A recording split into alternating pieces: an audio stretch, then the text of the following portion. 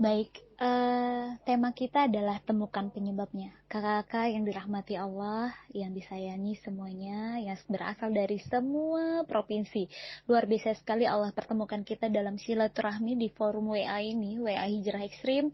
Sekali lagi beruntung dan bersyukurlah kita kepada Allah dari 4.000 orang dan mungkin dari ratusan orang yang sekarang ini masih mengantri. Menurut admin saya Kiki, itu masih banyak yang mengantri untuk dimasukkan ke grup WA.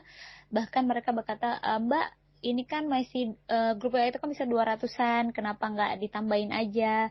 Tapi karena saya ingin fokus dulu dengan 100 orang yang dipilih Allah, insya Allah mungkin setelah 100 orang ini bisa berhijrah bersama-sama di 30 hari ke depan, saya akan buat grup WA berikutnya. Nah, kembali ke tema kita, temukan penyebabnya. Kakak yang disayangi Allah, sekarang ini saya nggak tahu apapun masalah kakak semuanya. Mau itu masalah hutang, mungkin yang paling pelik adalah masalah hutang ya. Masalah hutang, karena yang banyak sharing-sharing sama saya via messenger Facebook itu adalah hutang, hutang, dan hutang. Kemudian yang kedua mungkin masalah keluarga dengan suami atau dengan orang tua, masalah dengan anak, masalah dengan tetangga, masalah dengan pekerjaan, apapun itu, whatever. Apapun itu, temukan penyebabnya. Kenapa sampai kita bermasalah? Saya bisa analogikan seperti ini. Rumah kita bocor dan setiap hujan rumah kita bocor dan kita tampung dengan ember bocor tersebut. Kemudian kita pel supaya kering, terus bocor lagi, kita pel lagi supaya kering, bocor lagi, kita pel lagi. Kita lupa bahwa sebenarnya sumber dari bocor itu adalah atap kita yang bolong, atap kita yang bocor. Nah, berarti hal yang pertama yang harus kita lakukan adalah benerin atap yang bocor tersebut agar tidak ada lagi air yang jatuh dan yang harus kita pel setiap harinya di saat hujan turun atau apapun. Nah, itulah dia analogi dari diri kita. Apa yang menyebabkan kita bermasalah? Temukan penyebabnya. Hanya kakak-kakak yang tahu apa dosa-dosa yang telah kakak-kakak lakukan. Nah, tadi saya katakan yang pertama, kita jangan GR bahwa menganggap ini adalah sebuah ujian. Tidak, ini bukan ujian. Akan jauh lebih baik kakak-kakak menganggap bahwa semua masalah yang hadir dalam kehidupan kakak adalah karena kita berdosa sama Allah. Dan Allah menegur kita. Dan dengan kita menganggap bahwa diri kita memang berdosa, itu jauh lebih baik. Kenapa? Karena kita akan terus berusaha untuk memperbaiki diri. Karena kita akan meminta ampun kepada Allah. Dan Allah sangat menyukai hambanya yang merasa berdosa. Allah sangat mencintai hambanya yang merasa berdosa. Dan jika Allah sudah mengampuni kita, Allah sudah memaafkan kita, insya Allah masalah satu persatu akan diselesaikan Allah. Sedikit saya analogikan lagi seperti ini.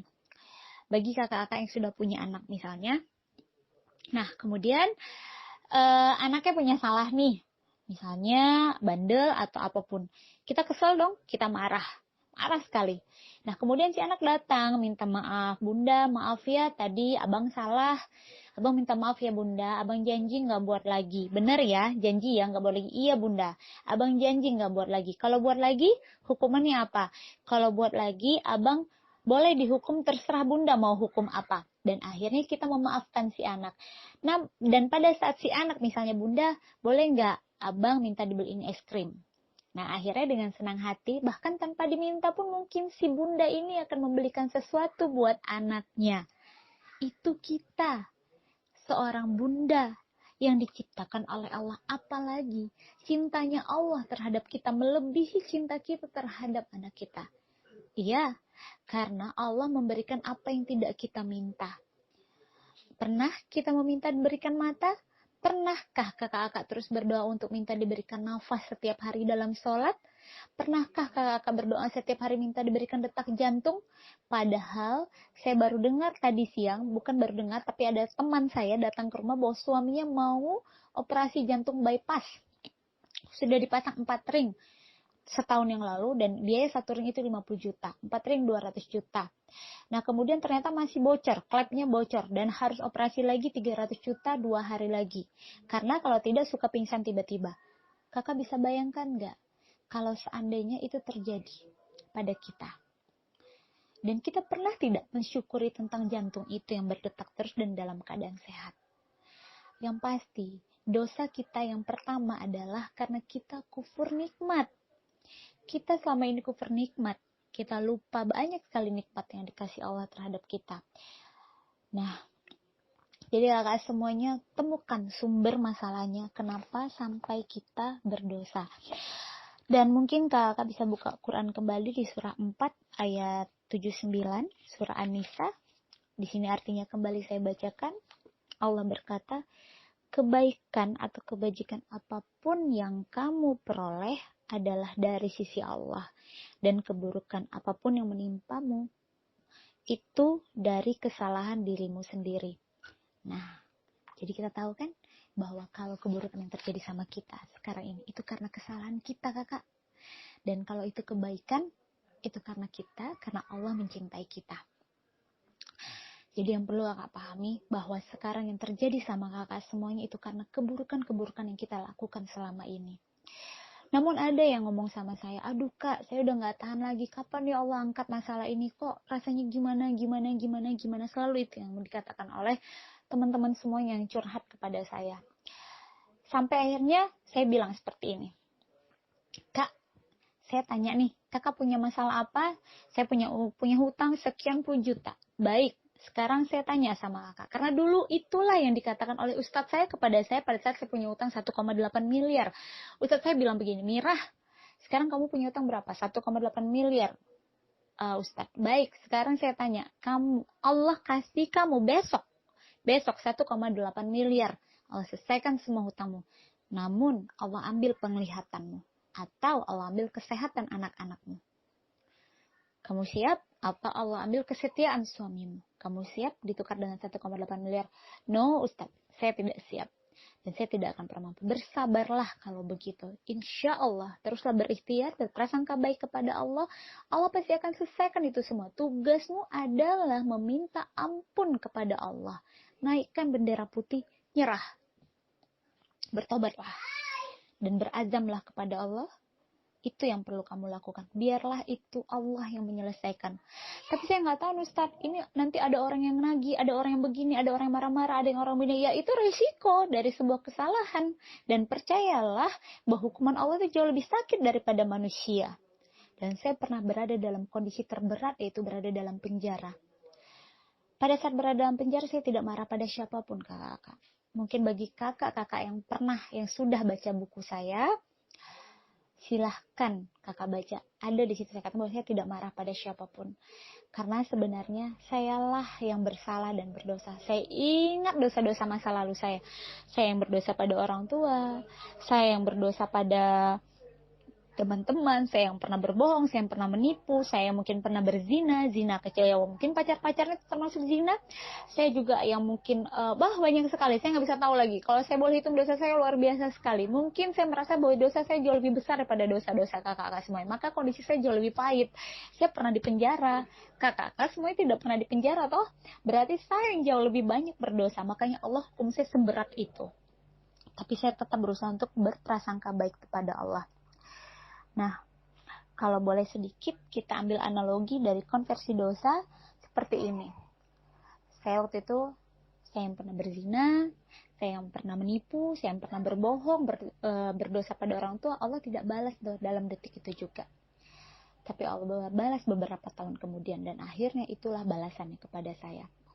Jadi saya nggak menganggap bahwa saya di penjara saat itu karena dosa menipu saya, tidak. Karena dosa menipu maksudnya saya bilang uang ini untuk ini ternyata untuk ini. Banyak kebohongan-kebohongan yang dilakukan bagi orang yang berhutang pastinya. Tidak. Tapi saya anggap itu adalah balasan atas dosa masa lalu saya. Mulai dari saya kenal diskotik, kenal minuman keras, kenal pacaran. Itulah balasannya dari Allah. Nah akhirnya itu yang membuat saya ikhlas menerimanya. Saya pikir ya sudahlah. Kalau memang ini cara Allah melondri saya, membersihkan saya mencoba untuk ikhlas. Walaupun berat. Tapi saya yakin saya punya Allah. Nah, itulah konversi dosa. Jadi bukan berarti masalah yang kakak alami sekarang ini karena dosa kakak yang sekarang. Tidak. Bisa jadi itu dosa-dosa masa lalu yang Allah balas sekarang. Tapi bersyukurlah Allah masih balas di dunia ini, tidak di akhirat. Karena kalau di akhirat itu jauh lebih sakit dan tidak ada pengampunan. Jadi malam hari ini saya minta kakak semuanya untuk bertafakur. Bertafakur Dan ingat, kenapa sampai saya berada dalam kondisi bermasalah seperti ini? Ingat dosa-dosanya masa lalunya. Kenapa? Dan hal yang perlu kakak lakukan adalah temukan penyebabnya. Karena kita berdosa. Dan cara menutup bocor-bocorannya, sampai atap rumah itu bocor, sampai kita berdosa, insya Allah besok saya akan bahas tentang 10 dosa besar. Namun seberat apapun, sebesar apapun dosa kita, insya Allah di surah 39 ayat 53, Allah berkata kepada kita semuanya, jangan pernah berputus asa tentang dosa, karena ampunan Allah itu selalu ada. Bahkan Allah berkata, saya selalu mengatakan begini kepada Allah, ya Allah, dosa saya mungkin lebih banyak daripada buih di lautan, daripada pasir di tepi pantai, daripada besarnya gunung di muka bumi ini. Tapi saya tahu pengampunanmu jauh lebih besar di atas segala-galanya. Dan karena saya lihat itu langsung di ayatnya Allah, di Al-Quran. Katakanlah, wahai hamba-hambaku yang melampaui batas terhadap diri mereka sendiri, janganlah kamu berputus asa dari rahmat Allah, karena sesungguhnya Allah mengampuni dosa-dosa semuanya. Sungguh dialah yang maha pengampun lagi maha penyayang. Insya Allah, Allah maha pengampun. Jadi malam hari ini kakak, ayo kita mulai dengan berwudu, di sepertiga malam bangunlah dalam tahajud. Kemudian sholat tobat, minta ampun pada Allah. Kalau takut tidak terbangun, lakukan sekarang juga setelah mendengar voice note saya ini. Ambil wudu, minta ampun pada Allah. Ingat segala dosa. Minta ampun benar-benar dan cobalah untuk berazam dan berakad sama Allah. Ya Allah, seandainya Engkau selesaikan masalahku, maka insya Allah tolong kuatkan aku untuk tidak akan pernah lagi berhutang dengan rentenir, tidak akan lagi memenuhi kebutuhan hawa nafsuku, berusaha untuk menahan diri dari segala hawa nafsuku. Apapun itu, akad yang akan kakak berikan kepada Allah. Insya Allah, semuanya akan didengar sama Allah. Jadi hal yang pertama yang dilakukan pada saat kita sedang berada dalam masalah ini, taubat. Saya tidak akan memberikan materi apapun dulu, jika kakak-kakak semuanya tidak merasakan hati untuk bertobat. Materi apapun yang saya berikan nanti tidak akan berguna, tidak akan mungkin membantu menyelesaikan masalah kakak-kakak jika masih ada proses pembenaran dalam diri bahwa, oh saya begini karena si A, oh saya begini karena si B, oh saya begini karena si C. Jangan pernah menyalahkan siapapun, karena sebenarnya kitalah yang berdosa. Baik kakak-kakak semuanya, malam ini sekian dulu sharing dari saya. Insya Allah besok saya akan membahas tentang 10 dosa besar di waktu yang sama. Mohon maaf jika banyak kekurangan yang saya sampaikan, karena saya sendiri pun juga masih belajar sama dengan kakak-kakak semuanya. Bukan berarti saya jauh lebih baik dari kakak-kakak semuanya di mata Allah. Bisa jadi kakak-kakak di dalam grup ini yang 104 orang ini jauh lebih baik di mata Allah dibandingkan saya, karena kita sama-sama belajar. Baik, mungkin saya bisa minta sama kakak semuanya yang sudah mendengarkan apa yang saya sampaikan, mungkin bisa menuliskan di Facebook apa yang dirasakan pada saat setelah mendengar apa yang saya sampaikan, menulis dengan tulisan terbaik mungkin dan di-sharingkan di Facebooknya dengan quote-nya tetap hijrah ekstrim, dan insya Allah nantinya kita akan pilih tulisan-tulisan terbaik ya. Insya Allah setiap jika di Pontianak nanti saya akan bikin pertemuan VIP buat yang tulisan yang terbaik, dan bagi yang di luar kota, Bandung, Jakarta, Medan atau dimanapun, pada saat saya berkunjung ke sana kita akan punya pertemuan VIP nanti yang bersama saya. Oke, itu aja yang bisa saya sampaikan. Selamat bertemu dengan Allah, selamat bersujud dan bertobat kepada Allah, dan selamat merasakan perasaan yang paling indah pada saat meminta ampun kepada Allah. Sekian dari saya, terima kasih kakak semuanya, semoga selalu sehat, dan saya mohon tolong doakan saya agar Allah berikan saya kecerdasan dan kesehatan untuk bercerita dan sharing dengan kakak semuanya. Assalamualaikum warahmatullahi wabarakatuh.